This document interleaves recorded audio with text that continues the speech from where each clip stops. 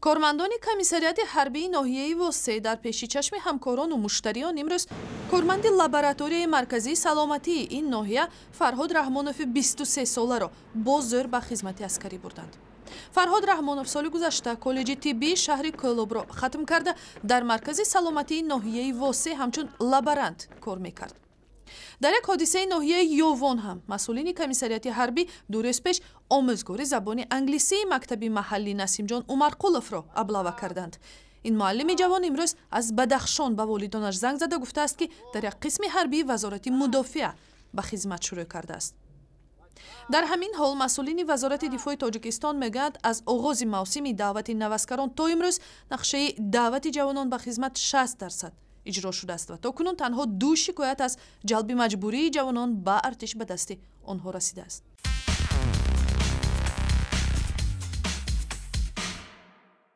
در یک صحبت اختصاصی خبرنگار رادیوی آزادی از فریدون محمدعلیف سخنگوی وزارت دفاع سوال کرد که آیا وضع در دعوت تیرماهی امساله از نظر ابلاغ یا جلب مجبوری به خدمت ارتش چگونه است؟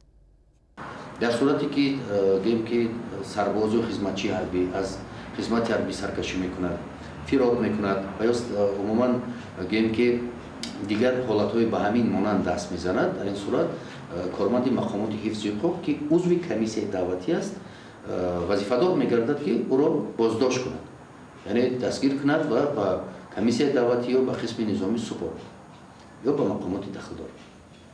برای همین وقتی که به شهروند دعوتنامه فرستاده می شود، در صورتی که مثلا او حاضر نمیگردد، الکی ببیند که او طلبات کنستیتوسیون خودش رعایت نمیکند.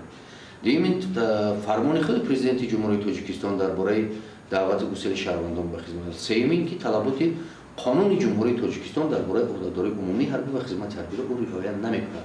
ولی حاضر کردن این معنی ندارد که او باید به خدمت حربی رود. شهروند مورد تحلیل همه‌جانبه مورد آموزش قرار داده می شود و بعد پروژه آموزش کردن اگر قابل خدمت باشد، حقوقی به تأخیر انداختن و یا آزاد بودن داشته باشد، در این صورت او باید که عهدهداری خود اجرا کند و به صف قوای مسلح فرستاده بشود. چند سال پیش نیز سر و صداها در رسانه‌ها نیز بودند که به اصطلاح تدفشین میگفتند. همه تدبیرها وابسته به پیشگیری از سطح صادرشوی جنایتکاری در قسم نظامی موجود است و خوشبختانه سال به سال این چیز قریب که گیم که کم گشته است و البته باوری هم است که آینده از بین نمی‌رود.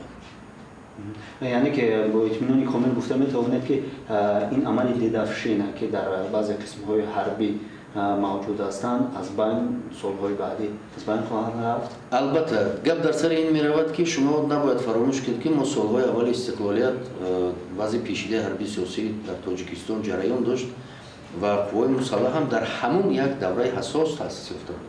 خود نخواهد تاثیر خود میگذارد، چون که اون وقتا در برابر تأسیس دادن قوای مسلح قسم‌های نظامی نو تأسیس سربازان عموما شهروندانی که به صف قوای مسلح شامل شدند در برابر یک آموزش مدت معین آنها برای سنگرهای آتشگیر برای برقرار نمودن ساخت کنستیتوسیونی و پایداری نمودن و تحکیم بخشیدن صلح تاجیکستان می‌رفتند.